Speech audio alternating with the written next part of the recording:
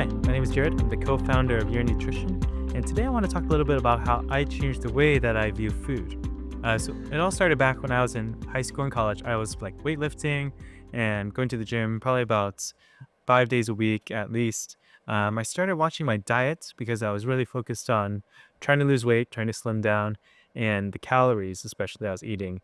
I was also trying to pack on muscle, so I was trying to make sure to get lots of protein, but I was really just focused on the macronutrients, so proteins, carbs, fat, not so much the micronutrients. I was like, those things probably don't make a difference. And vegetables, I didn't really see a need for that. I was just eating a ton of protein powder.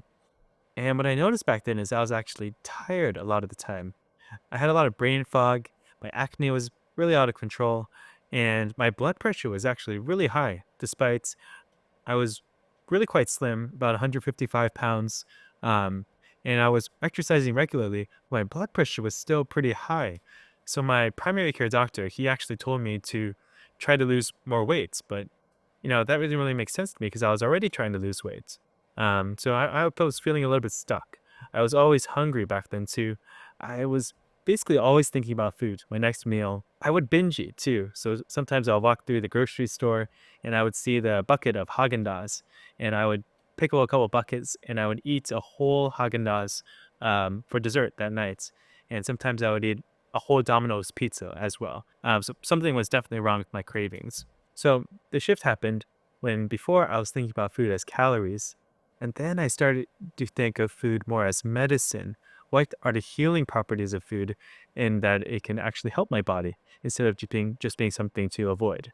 And this was super helpful because I was learning about micronutrients. They actually can act as signaling molecules, hormones that can help your body perform vital life functions.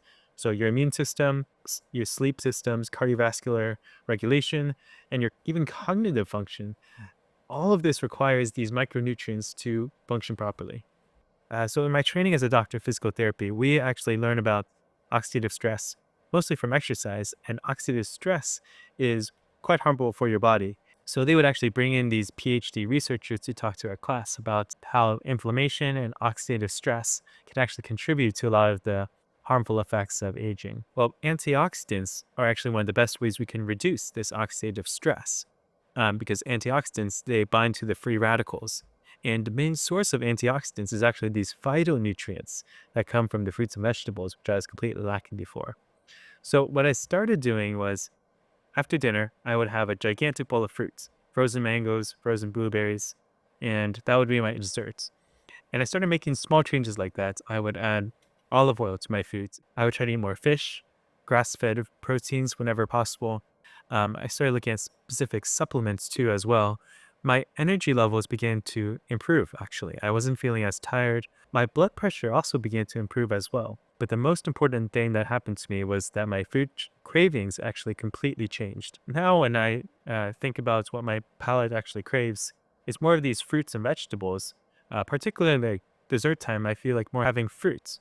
I can walk through a grocery store and the ice cream, it doesn't even seem that appealing to me anymore. I think after changing to this diet for a long time, my palate has actually changed to crave more of these natural foods. So, what are my recommendations based off of what I found in this journey? Uh, Definitely try to focus on adding more healthy foods, naturally sourced foods to your diets rather than just subtracting, because the foods you add are going to replace those other foods in your diet.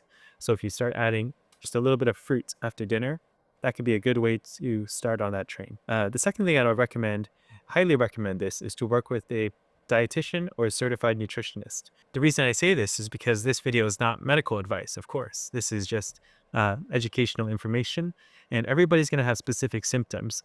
The best way to address your symptoms is by working with a qualified professional for your needs.